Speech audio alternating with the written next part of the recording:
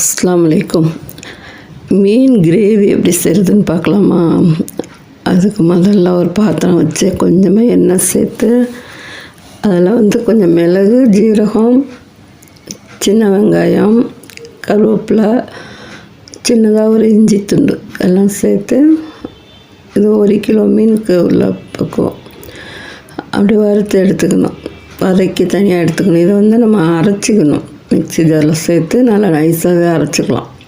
அதே பாத்திரத்தில் மறுபடியும் கொஞ்சம் எண்ணெய் சேர்த்து நான் மீனை மிளகாத்தூள், மஞ்சத்தூள், உப்பு போட்டு பரட்டி வச்சுருக்கோம். அந்த மீனை இதில் வறுத்து எடுத்துக்கணும். எல்லா மீனையுமே அந்த எண்ணெயில் கொஞ்சம் கொஞ்சமாக சேர்த்து வறுத்து எடுத்துக்கணும். கொஞ்சம் அரைப்பதம் வந்தால் போதும். ரொம்ப சாப்பாடு நம்ம சைடிஷாக தொட்டுக்கிற அளவுக்கு வறுப்போம்லாம் அந்த அளவுக்கு வேண்டியதில்லை. ஒரு கொஞ்சம் அரைப்பதத்தில் வறுத்து எல்லா மீனுமே அதிலேருந்து அந்த வறுத்து தனியாக எடுத்து வச்சுக்கணும்.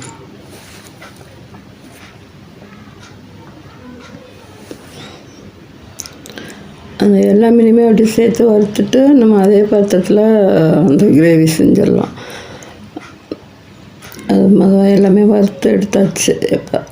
எல்லா மீனும் வறுத்து எடுத்தாச்சு. அதுக்கப்புறம் அந்த பாத்திரத்தில் இன்னும் கொஞ்சம் எண்ணெய் சேர்த்து கொஞ்சமாக சோம்பு போட்டு பூண்டை பொடியாக நறுக்கி போடலாம், அல்லது தட்டி போடலாம். அது எண்ணெயில் போட்டு நல்லா வதக்கிட்டு அதுக்கப்புறம் வெங்காயம் நறுக்கணும். வெங்காயத்தையும் போட்டு நல்லா வதக்கிட்டு அதில் நம்ம தக்காளியும் பொடியாக நறுக்கி வச்சுக்கணும். அந்த பொடியாக நறுக்கின தக்காளியை சேர்த்து எல்லாம் கிரேவி பதத்துக்கு நல்லா வதக்கணும். அதுக்கப்புறம் மசாலா ஒன்று சேர்த்துக்குவோம்.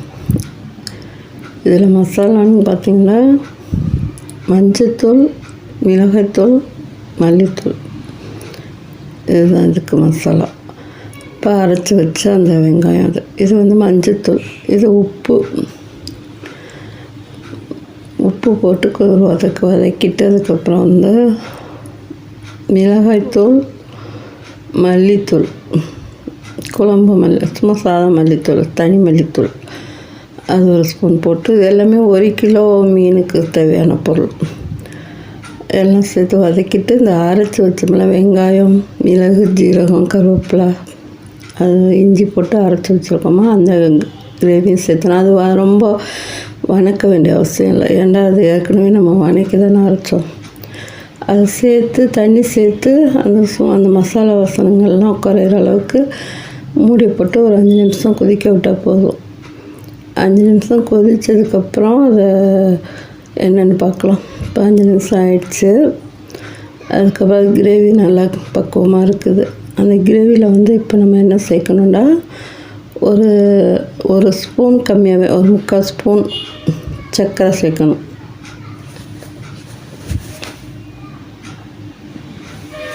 வெள்ளை சர்க்கரை.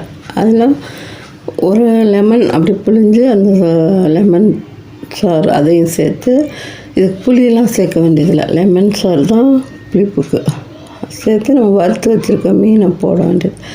ஏற்கனவே வறுத்ததுக்காண்டு மீனை ரொம்ப வேக வேண்டியதில்லை. போட்டு லைட்டாக அந்த மசாலாவோட திருப்பி விட்டு சும்மா திருப்பி விட்டு எடுத்தால் மீன் மசாலா ரெடி ஆயிடுச்சு. பிடிச்சிருந்தா கமெண்ட் பண்ணுங்கள், சப்ஸ்கிரைப் பண்ணுங்கள், ஷேர் பண்ணுங்கள், லைக் பண்ணுங்கள். அஸ்ஸலாமு அலைக்கும்.